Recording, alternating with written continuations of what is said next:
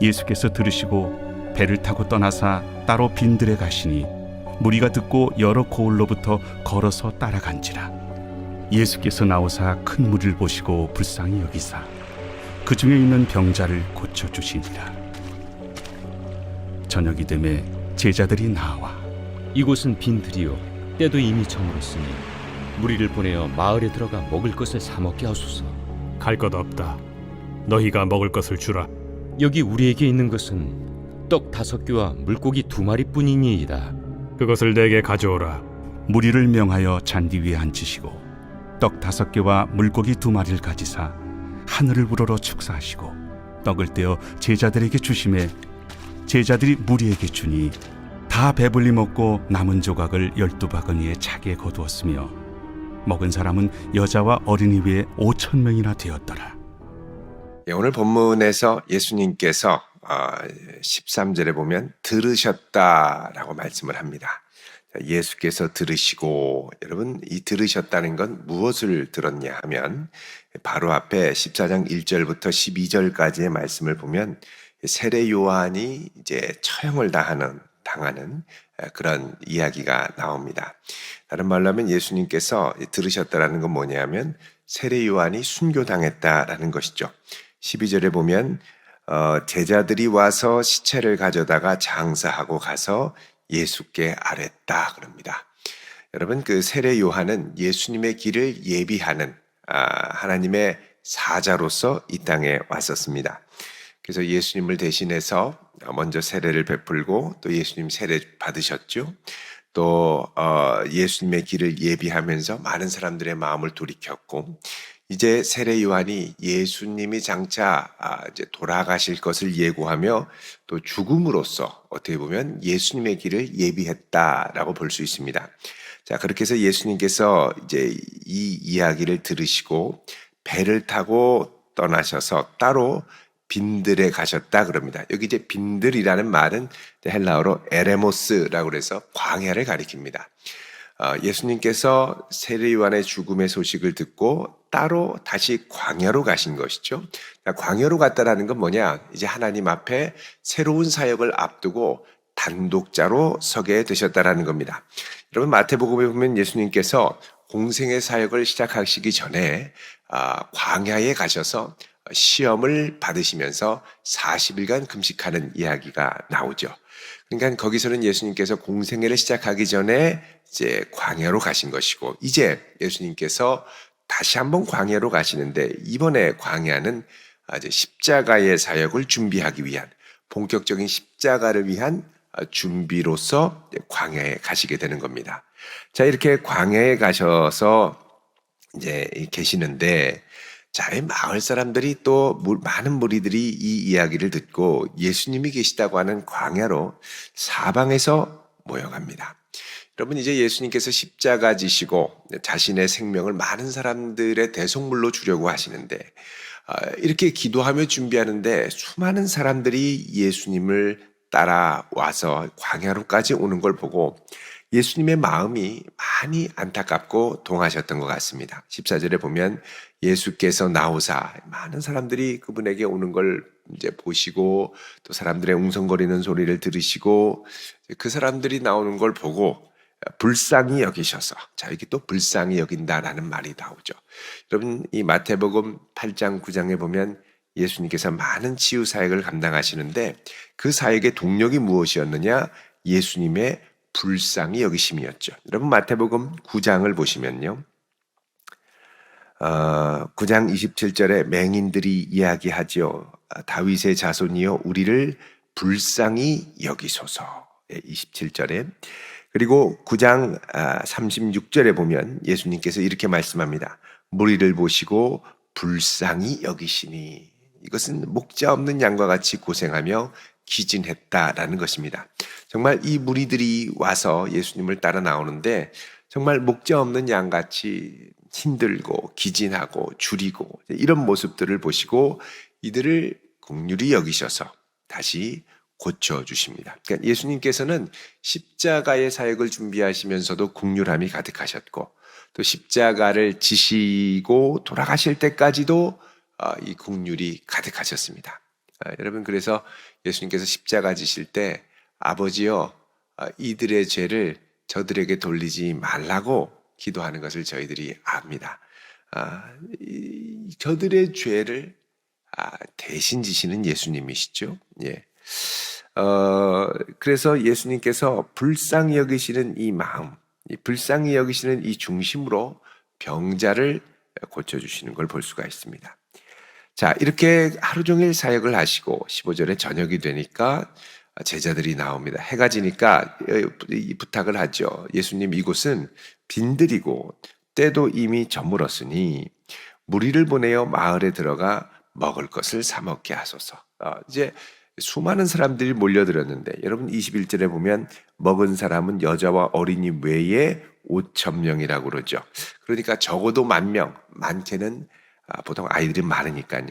2만 명까지 가능한 많은 사람들이 모인 것을 우리가 짐작할 수 있습니다. 이 사람들에게 먹일 수 있는 음식이 없는 겁니다. 그래서 예수님께 부탁을 하죠. 예수님, 사람들도 지치고 배고프고 하니 이들을 빨리 마을로, 주변 마을로 돌아가게 하셔서 뭐라도 좀 먹게 해 주십시오. 부탁을 하죠.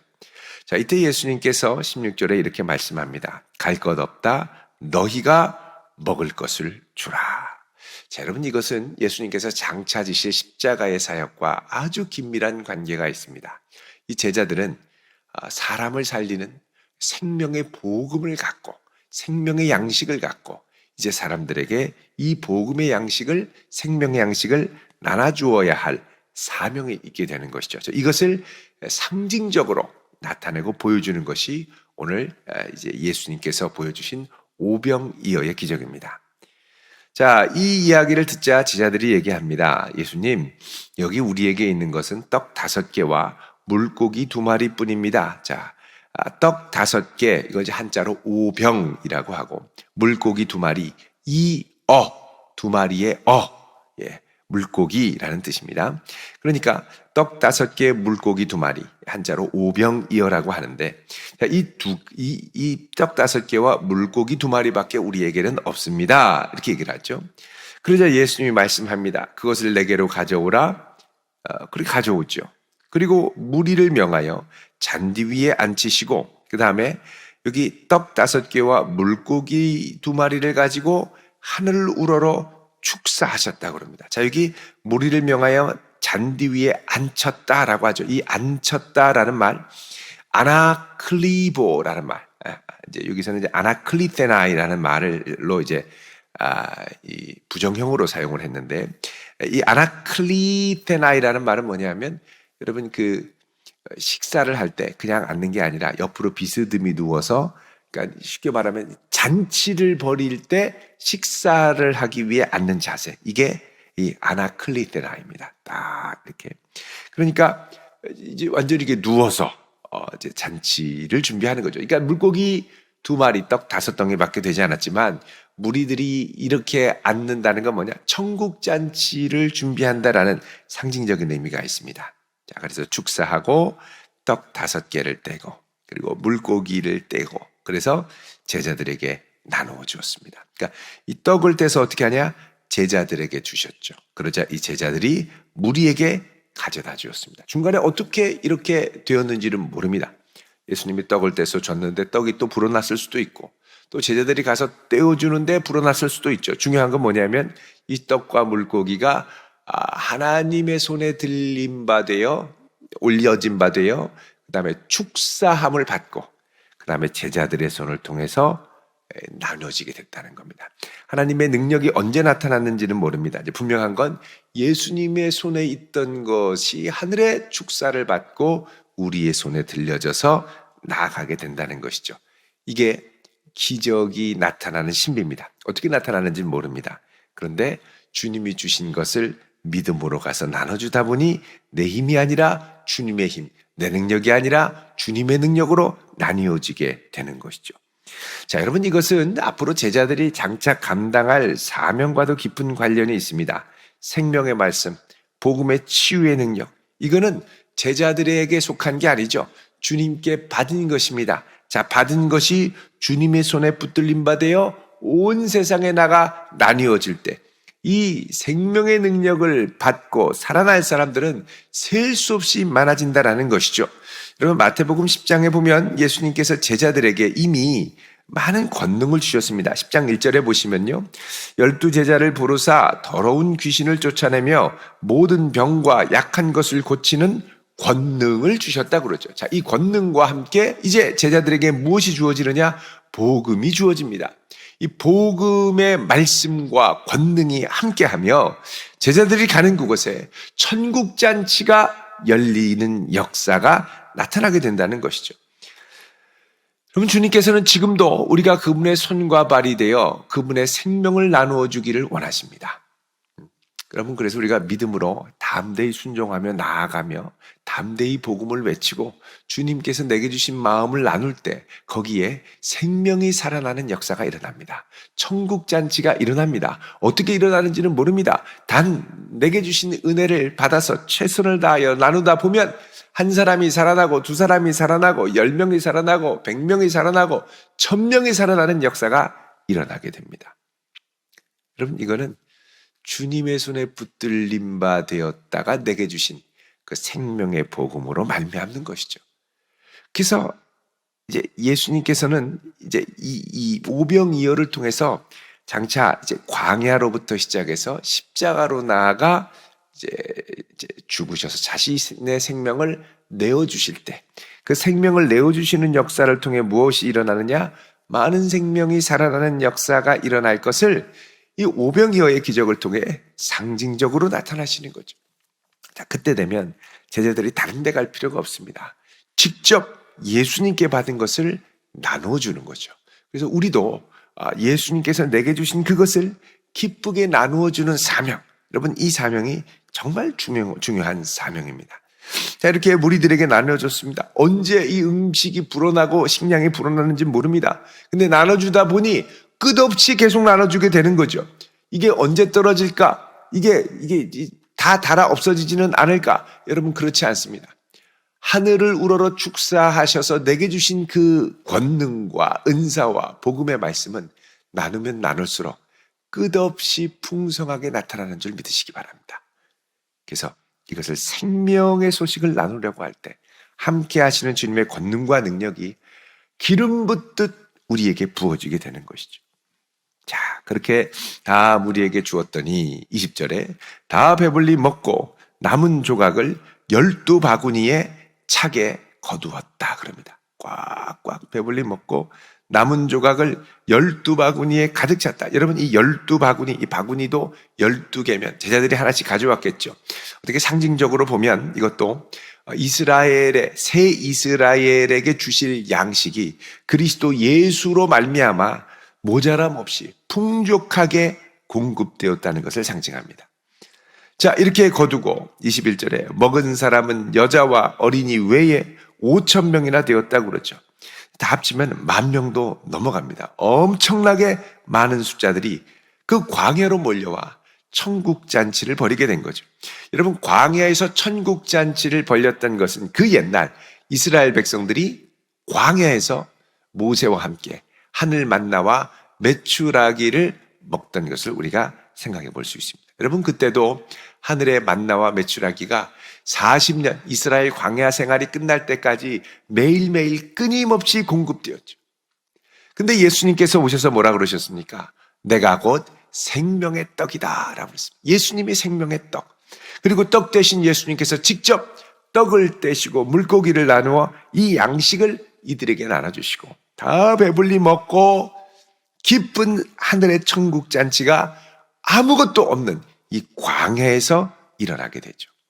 자, 여러분, 우리도 이 예수님을 모시고 우리의 삶의 현장에 가서 생명의 복음과 생명의 복을 함께 나눌 때 그곳이 천국으로 바뀌게 될 줄로 믿습니다.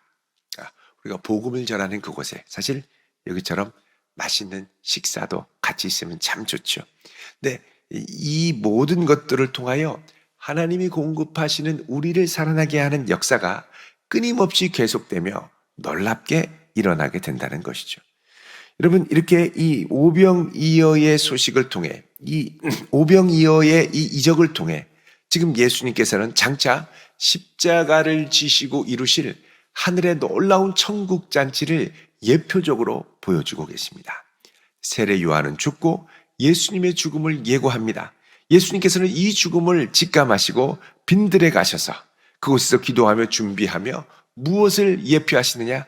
앞으로 일어날 예수님의 십자가를 통하여 일어날 천국 잔치, 메시아 잔치, 종말의 잔치, 많은 이들의 생명의 떡을 먹고 돌아와 살아나는 역사를 기다리며 잔치를 벌이고 계시는 것이죠.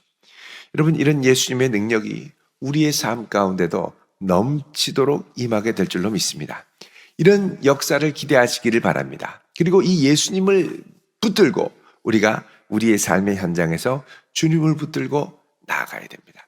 우리의 연약하고 부족하고 가진 것도 별로 없고 은사도 별로 없지만 이거를 주님께 드리셔서 주님의 손에 붙들림 받아 하늘의 복이 임하는 역사가 나타나게 달라고 기도하시길 바랍니다.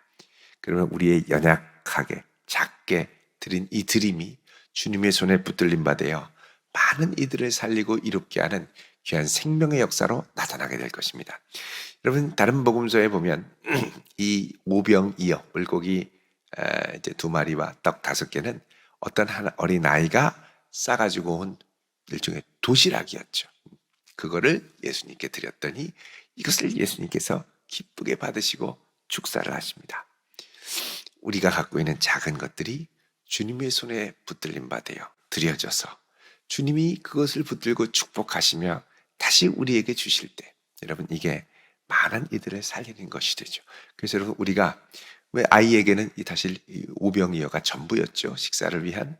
근데 주님께 드리니 모두가 살아나게 되는 역사를 경험하게 됩니다. 여러분, 우리가 주님께 드릴 때도 이런 살아나는 역사를 위해 기도할 수 있기를 바랍니다. 내가 드린 것은 부족하지만 이게 주님의 손에 붙들림 받으면 주님께서 어떻게 살리실지 모릅니다.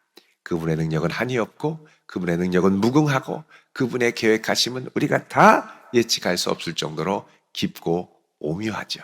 그래서 기쁘게 주님을 신뢰하며 내어드릴 수 있는 이런 믿음까지 나아갈 수 있는 복된 성도 되시기를 주님의 이름으로 축원드립니다. 기도하겠습니다.